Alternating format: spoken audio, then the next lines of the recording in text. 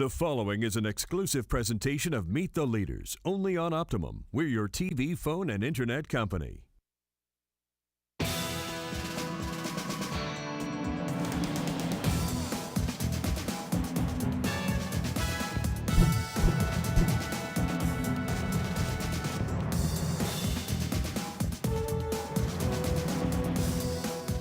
Hi, I'm Patrick Halpin, and welcome to Meet the Leaders, getting you to the heart of local government right here and right now with Suffolk County Legislator Tom Cilmi from the 10th Legislative District. Tom, it's great to have you back on Meet the Leaders. Delighted to be here again. Now, the 10th District, you're Yes. you're in the town of Islip. What community is a part of that?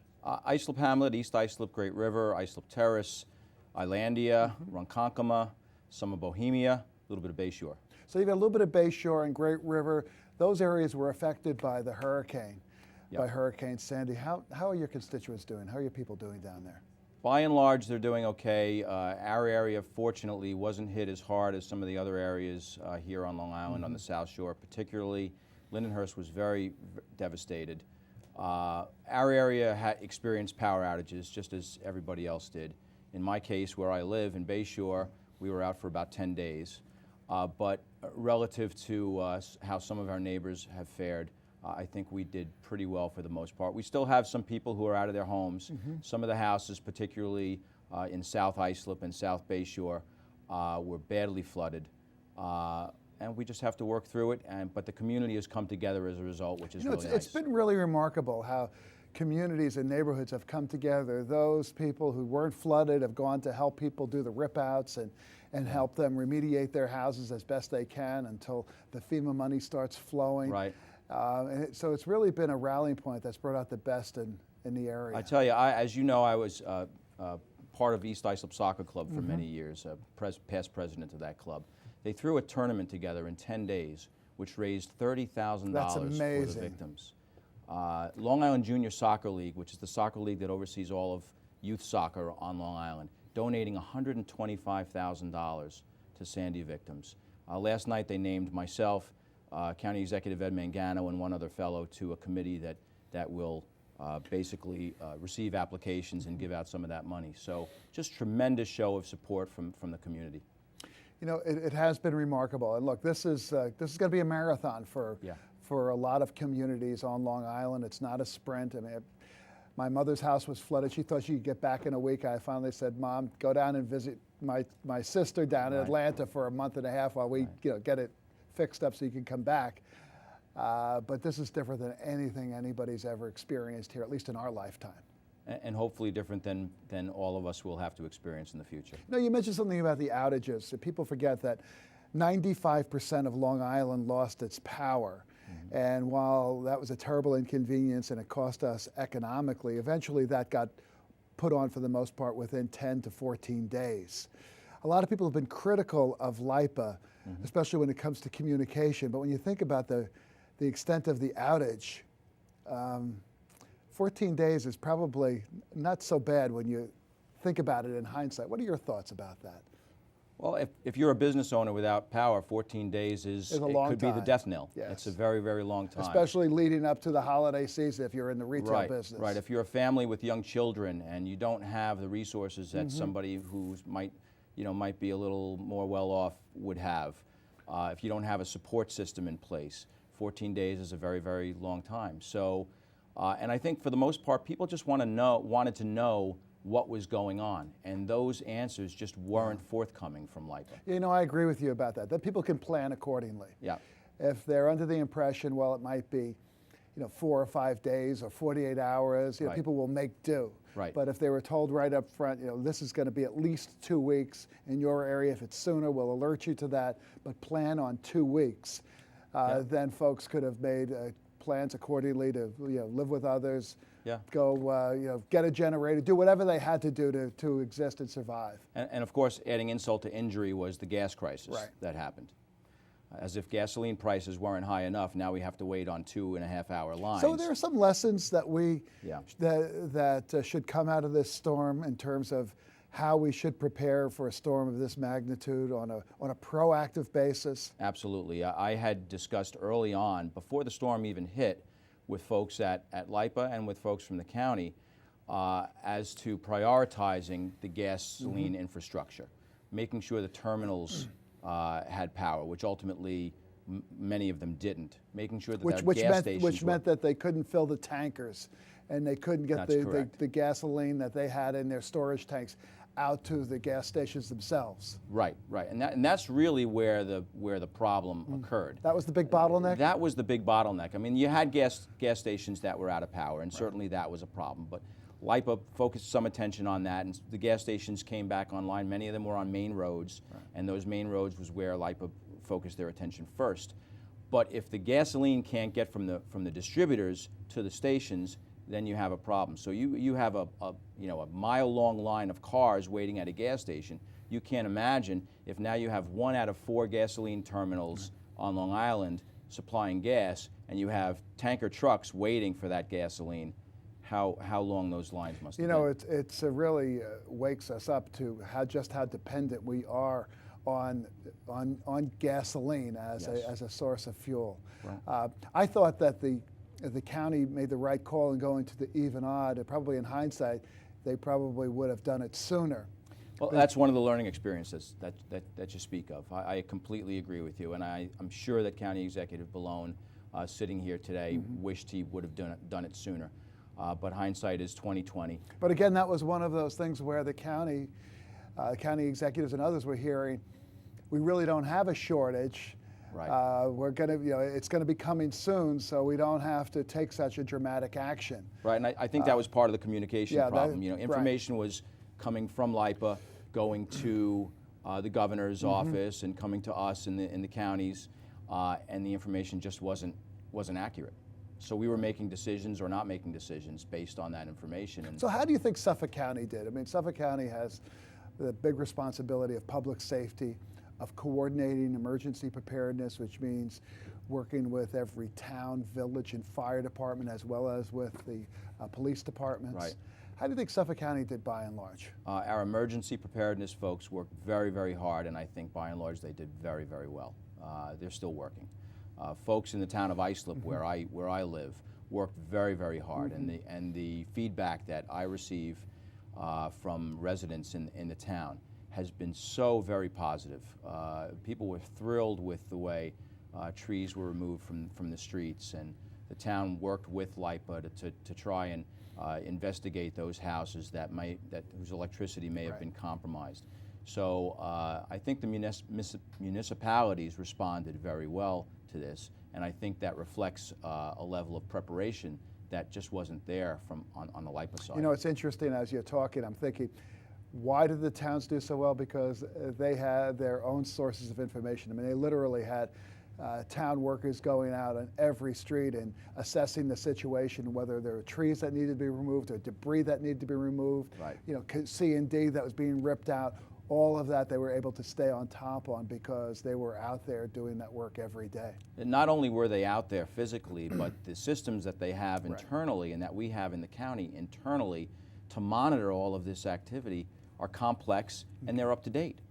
Right. So we have the resources to be able to, to do these things. And I haven't been inside LIPA to see what sort of resources they have, but clearly whatever they have wasn't working. We heard stories of people at the substations having handwritten sketched maps of their systems where they would just kind of put push pins to see where the outages were. Right. I mean, we're talking about century-old technology here.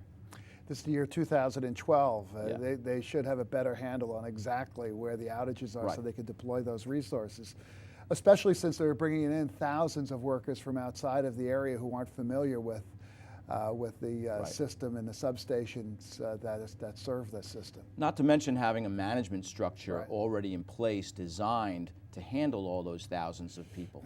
Because I think what happened was thousands poured in, and a little too late, quite honestly, and there was really no management structure in place to delegate responsibilities and to put them in places that would have the most impact for communities. Well, of course, 95% of the island was knocked out, so wherever they went, they were able to find outages. Okay, we have to take a short break. Meet the Leaders will be back in about 90 seconds.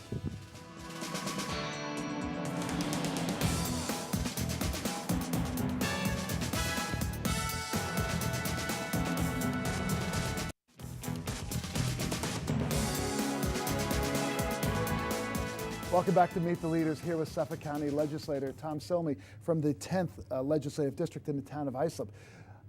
So what's happening in the Suffolk County Legislature these days? I saw that the legislature passed a bill to ban certain types of cash register receipts. Yeah, we passed a bill recently that banned the use of receipts that contain BPA, which is a chemical that's used in the production of thermal paper. Mm-hmm. Why? Well, there were allegations that it posed a health risk. In what way? I mean, this isn't something that you're eating. Somehow, this isn't something that you're rubbing against your clothes or your right. skin. Well, what is the basis on which the county can act on something like that? The proponents of the bill, which passed the legislature on a 16-1 vote, I was the 1 no vote, alleged that when you touch these receipts, right, that the chemical comes off the receipts and gets into your bloodstream and can cause cancer. And what evidence do they have? Has the FDA said that this is a concern? The World Health Organization, the World Health Organization, the EPA, and the FDA have all basically said that the chemical at the levels that we use it in now is absolutely fine. Right. So you can find studies that will say one thing or another thing. But when those three organizations tell me a chemical is fine, when we use it in our daily lives, when we've been using it to line the insides of food cans, like corn and string bean cans, for decades. In order to prevent infection and bacteria and to make sure you've got a very to make the process simpler for the manufacturers. Mm-hmm. To ban the use of this chemical in sales receipts. We're not all bathing in sales receipts. Right. It just seems like such an overreach of government, and it's more regulation. Mm-hmm. It's unnecessary regulation. If you were worried about your cashiers handling this paper, give them gloves. We somewhere in the country is a company that manufactures these receipts with BPA in it. What message did we just send to that company? Well, and I also wonder, as a county, we're not talking about the United States Federal Food and Drug Administration, right. That we've now substituted the wisdom of the Suffolk County Legislature, with one exception, for the science that's coming from places like the FDA. Some of my colleagues will tell you that Suffolk County has led the way. My only question is, where are we leading? Right. New York continues to be one of the worst business-friendly states in the country. Suffolk County is a big part of New York State. Where are we leading? We have to come to the realization that there are consequences to our actions. Well, there's also another issue. How do you enforce something like that? Are you going to have the county police going out and checking receipts in local stores? I asked the question. Apparently it's going to be our health department. Apparently they're going to respond to complaints. Right. So if you go to a gas station, for example, and get a sales receipt out of the gasoline pump, which typically use this chemical in them, you would have to guess that it might have BPA in it, make a complaint to our health department. I don't know how many gas stations we have in Suffolk County, but it would literally be impossible for our health department to go to every gasoline station, every bank that's using ATM receipts, and every retailer that's using thermal receipts to check their paper. Well, and it also raises the issue, especially in this period of scarcity, when there are all kinds of budget cutbacks, and Suffolk hasn't been immune. Are there things that the health department is doing to enforce a law like that take them away from their mission? For example, inspecting restaurants. Inspecting restaurants, protecting our drinking water, many, many things. So, look, I happen to be a Democrat. I consider myself pro-environment, but I happen to think, especially when I read that in Newsday, that was a big overreach, and was curious to get your take on that. That's interesting. Now, there's another story in the paper today about the county wanting to ban energy drinks. Mm-hmm. You see these energy drinks that have become very popular, right? And people have legitimate concerns about excess caffeine in those drinks, as well as the fact that people are drinking a lot of caffeine to begin with. What are your thoughts on the idea that Suffolk County now is going to at least that could pass a law that limits access to these drinks? I haven't seen the bill that Dr. Spencer has proposed. I did see the Board of Health issue a unanimous ruling, I guess, or opinion that we should ban these drinks to minors. But the fact is that 18-year-olds can go fight for us in wars. They can smoke. They can go to a Starbucks and get a cup of coffee that contains more caffeine in it than many energy drinks contain. Again, it's an overreach of government. It's an erosion of our freedoms. It's a slap in the face to parents in Suffolk County who really should know what their children are doing, what they're ingesting. What, are we going to ban skateboarding because skateboarding is dangerous? Are we going to ban driving because car accidents amount to tens of thousands of deaths each year?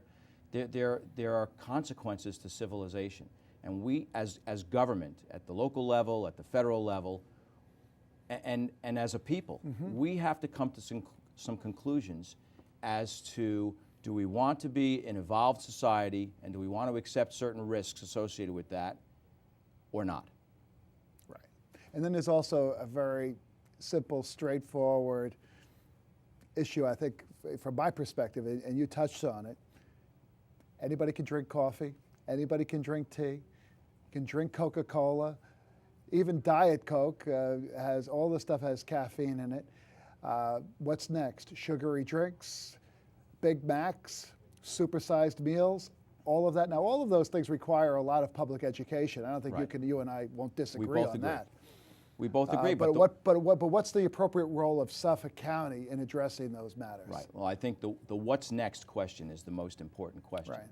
Right. I don't want to walk into a restaurant and find out that I can't order a 14-ounce steak, that I have to have a 7-ounce steak because somebody decided that a 14-ounce steak was bad for me. Now, I happen to like the idea of posting the calories because that's gotten me to pay a little bit more attention to what I might order, but in the end, it's my choice. Yes. Okay, Tom, we're going to take a short break. Sure. And we'll see you on the other side of this break, so stay with us.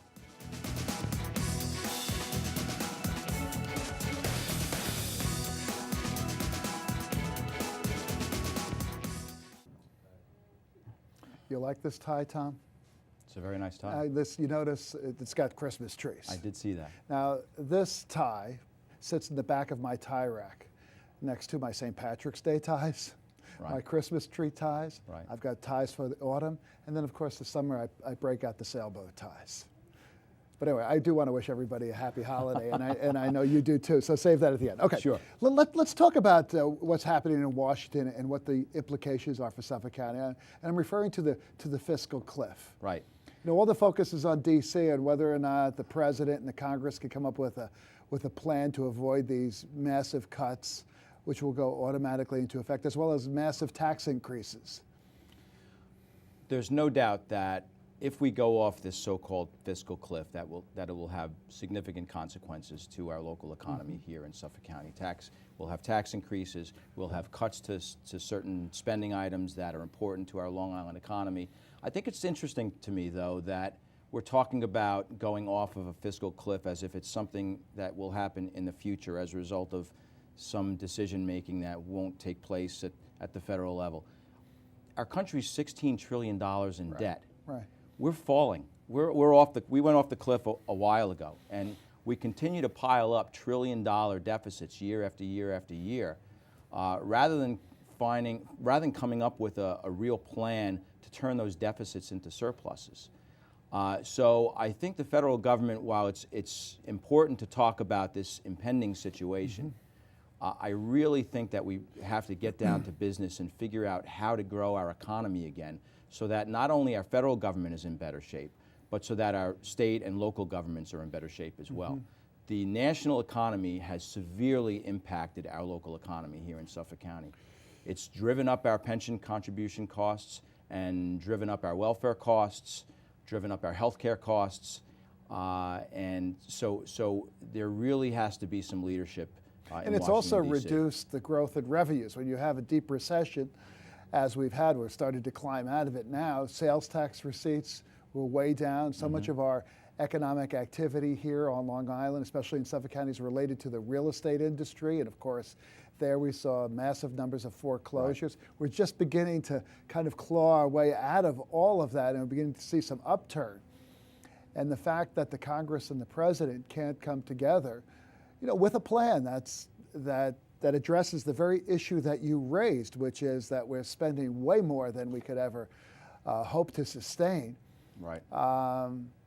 It would be a real failure for them, especially since they set up this fiscal cliff scenario, which would force everybody to the table in the first place as a result of the debt ceiling deal a couple of years ago. Yeah, you're exactly right. I think the majority of the country is in the same place from a philosophical point of view.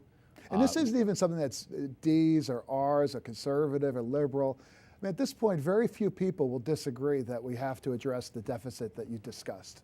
Yeah, I agree. I think what's happening is that the fringes on both sides, right and left, are becoming smaller, but they're becoming more vocal. And I think a lot of while the center is growing, people just want us to make some decisions and to help.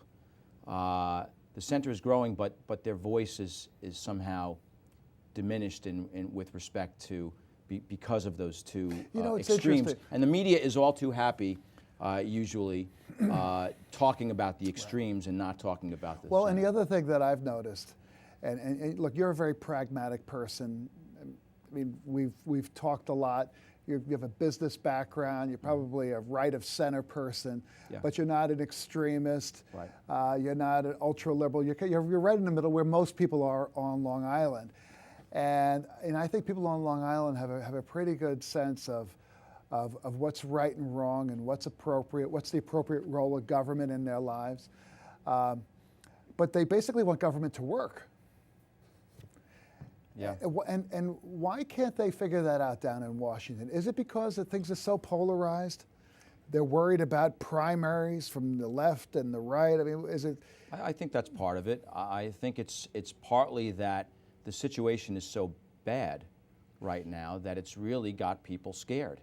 And everybody's digging their heels in because they're worried about which direction this whole thing might go in. I mean, folks like me who tend to be more conservative really see a tendency towards socialism in this country.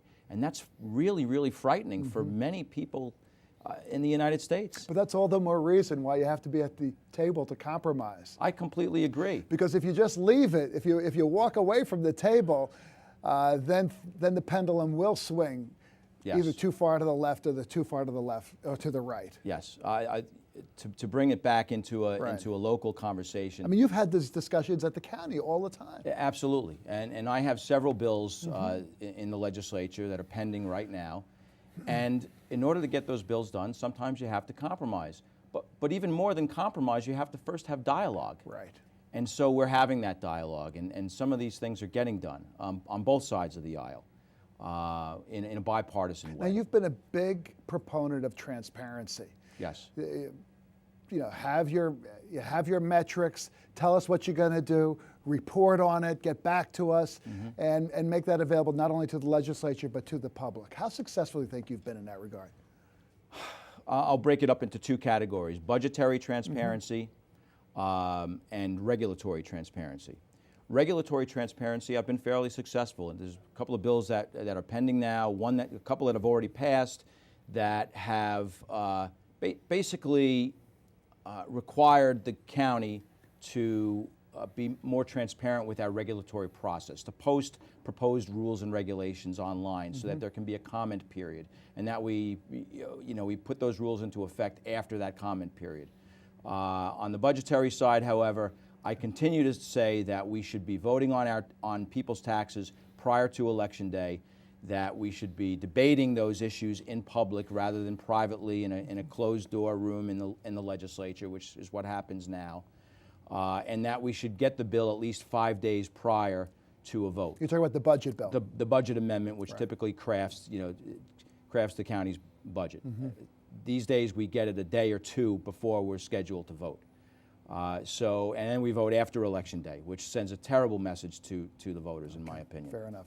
We have run out of time. I know you want to wish your constituents a happy holiday. Yes, thank you. I just wanted to say Merry Christmas, Happy Hanukkah, Happy Kwanzaa, and please, there are so many folks who have been profoundly impacted by drunk driving accidents. Please think twice. Please don't drink and drive. Okay. God bless everybody. Tom Cilmi, thanks so much for being here with us. We really appreciate it. And that's going to do it for this edition of MTL. I'm Pat Halpin, once again helping you meet the leaders.